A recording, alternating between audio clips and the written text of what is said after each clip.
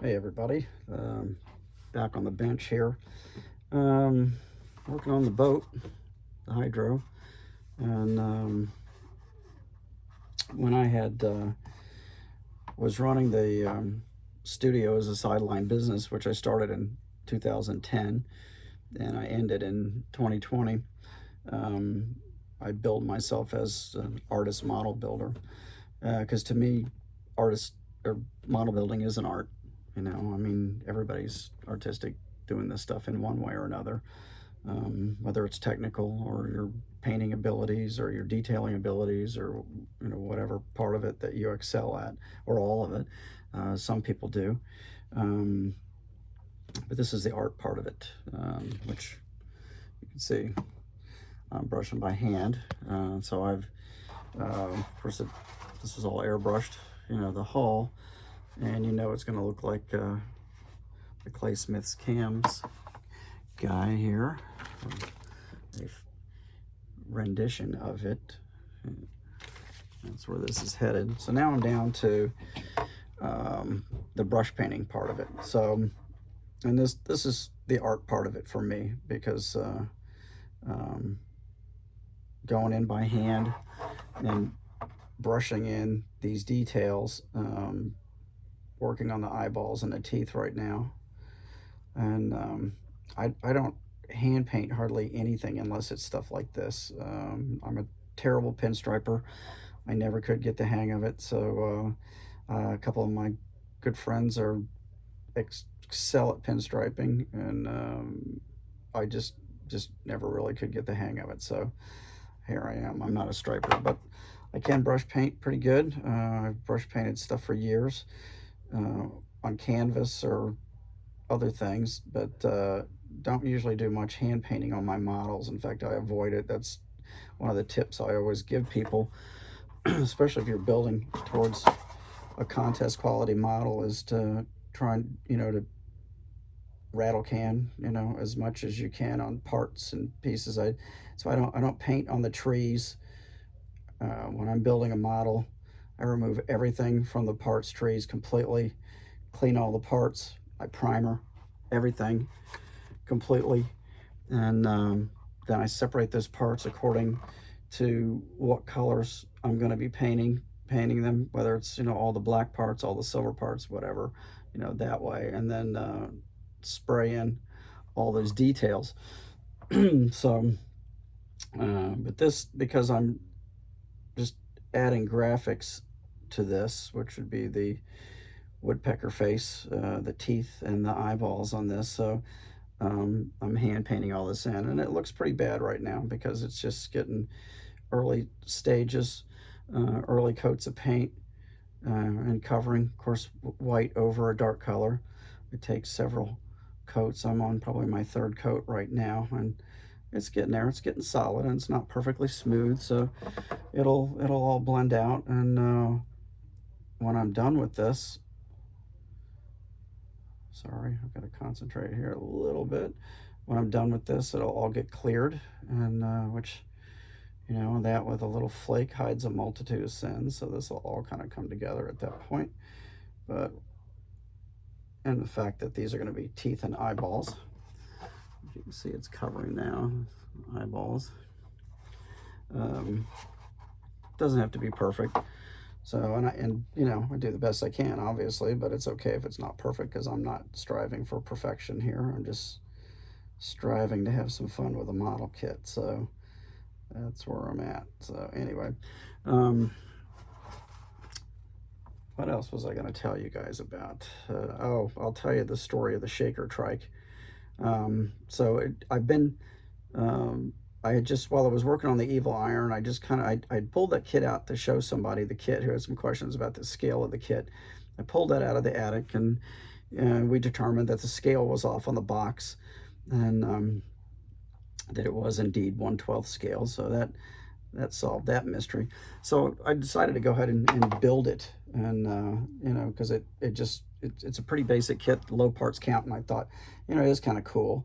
And I did build it as a kid, and I thought, well, you know, I'll go ahead and, while I'm working on the Evil Iron, that'll be a little diversion on the side because there's other stuff that I can't paint. So I started painting the parts and stuff and assembling the parts and cleaning the parts and stuff. So I got the frame and everything done. I'm working on the motor, and I was looking for the rear end to put into it, and I couldn't find it. And I thought, well, it must have dropped off the counter or something down at my office, and I have misplaced it. So I looked and looked and was not able to find it. And I thought, well, maybe it's at home. So I came home and looked. I looked out in my paint bin because I had already separated a lot of the parts to be rattle can painted for that, engine parts and stuff.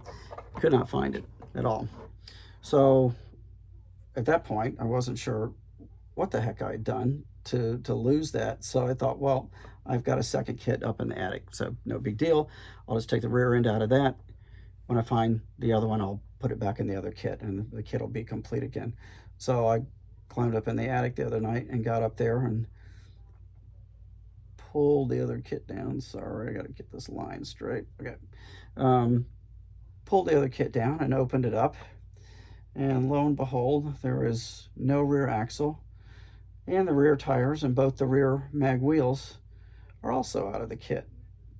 And I'm pretty much scratching my head at this point because I bought these kits when they were reissued, which I think was 2009. And I remember I had opened one, and then probably somewhere along the way I got an idea for kit bashing something. I thought where I'd maybe robbed the parts for was I was going to try to replicate this truck that Denny Johnson had built called the Zinger Bringer, which was a 1/25th scale Zinger semi that had a 1/12 scale drivetrain and motor in it, and it was a hauler for all the Zingers. And he had built that years ago, and I thought about maybe trying to replicate it.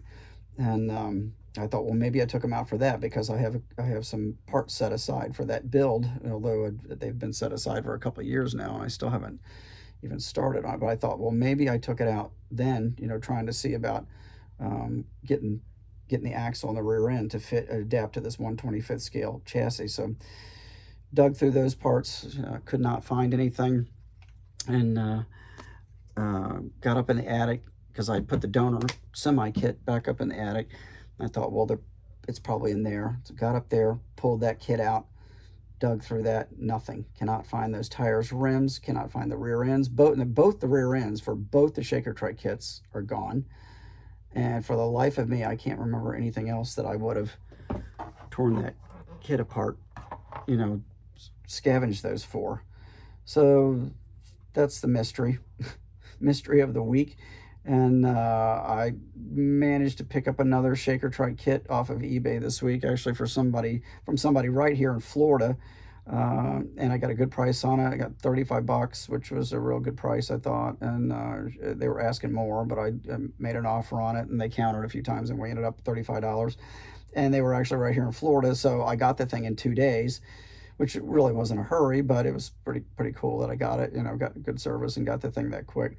So anyway, so now I have a third Shaker Trike, and for the life of me, still cannot figure out where those parts are. They're probably in a box in the attic in another kit, or maybe a large scale kit. I don't know. I'm sure one of these days I'll open a box and all these parts are going to be sitting in there. But for now, I'm just kind of dumbfounded and really kind of aggravated with myself for doing that. Taking the parts out, because I'll do that once in a while. I'll take the parts out, but I always put them back.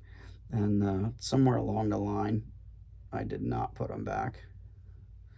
So that's the Shaker Trike story. But on the upside, I've got the motor is coming along, and I've got the frame done. Now I can get I'm gonna have to get the rear end cleaned up and painted, so I can go ahead and get that assembled and get some tires and rims together. I'm still airbrushing some candy oriental blue on the rest of the tires and rims. I got one side of them done. I've got to do the other side now, so that'll get that, and then that'll be kind of on its way. But in the meantime, I'm wanting to, this boat is very close to being able to complete it, and I'd like to get this done. So I kind of dove back into doing the boat. So I'm gonna let this dry. I usually, now I'll go hit this with a blow dryer. That's one thing. This is Wicked Colors, opaque white. And it's one thing with the Createx stuff is you can hit it with a blow dryer, speed up your drying time, and get the next coat on in a short amount of time. But in the meantime, been working on the motor, and it's pretty much done. It's really weird though, the starter on this, this is 3D printed. So right before I painted all the candy, I picked this up and I get this purple crap all over my hands. I can't figure out where it's coming from. And I look, and this starter, after I had base coated it, had split open along the seams, and it's leaking 3D printing resin out. And it's still leaking 3D printer resin. I just got a little on my hand right there. I wiped this all down today. It actually took some of the paint off up here. It's not really where it's going to be seen. So I'm going to, tonight, I think what I'm going to do is I'm going to take some of my my silicone-based glue, and I'm going to go all around these seams where this thing is splitting itself open. And because, you know, the motor's done. I got a bunch of work in this thing. I wired all of it. You know, I got the, well, you know, put plug lines in it, but, you know, I got work in this. I did all the chrome on it, airbrushed all the chrome. So I don't want this thing to eat itself up alive a year down the road, because it's leaching raw resin out and start eating the motor apart, or the hull, or whatever else is on. So I got to try to seal it up with some silicone adhesive. But that, yeah, that kind of blew my mind that that's even doing that. Got the steering wheel painted and in the driver's hand. Did that in a different color. I did it in candy blue with a chrome center. I just wanted to try to mix some color up a little bit. Working on the shifter, my burst shifter. I'm working on that. I just cleared the ball tonight, and figure out anything else I'm going to do, if I'm going to do anything else on the ball. For that, the headers are painted. I got the flames for it. I got all the other little detail parts for the hull I got to paint before this all goes together. So, so yeah, and some of my other artwork I've been working on. Let's see, flip this around here this week. These little vultures, I love these. I get these from Jimmy Flintstone. I just finished painting another one. I've sold most of them. I've only got a miniature version of this left for myself, so I painted myself another one of these. But I've been fiddling with some shifters. Here's another one I'm working on, the skull and the fist. That's like a Frankenstein monster's hand and fist with the skull. This has all got to be cleared. I've been brushing in the details. He's got a bunch of rings on his fingers, so I've been brushing the details in on that. So that's where that's at. And the skull's got to be, it's got to be cleared. And one of the other things I pulled out is this Brother Ratfink on a bike. This is the bike. I've got the figure out. I got to get the airbrush after the figure and get a little color mixed in there with it. But this is the bike, which I modified. I never did like the original bike, so I cut up the frame, repositioned the gooseneck, scratch built some chopper forks for it, and got this thing down on the ground where it actually looks like he could actually get on it if he wanted to. So I did a little custom paint work there, some candy, I think purple, maybe over gold, and painted that up. And whoops, this thing's still tippy. Yeah, get in there. Anyway, so there we go. So that's waiting just to get a little work done on the figure, and be nice to finish that at some point. I don't know when I'll get to that, but that's been way overdue.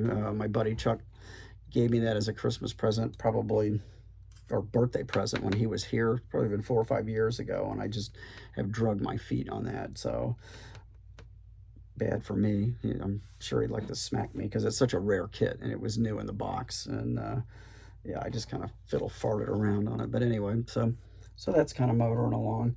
And the big Corvette sitting over there on the other side of the room in the box, awaiting its turn. So I don't know if that'll get done by the end of the year now or not. I'm still just not inspired on the paint. It's in silver base coat, and I don't want to just throw some paint on it just to get it painted. So I'm waiting. It'll hit me, just like it did with this thing.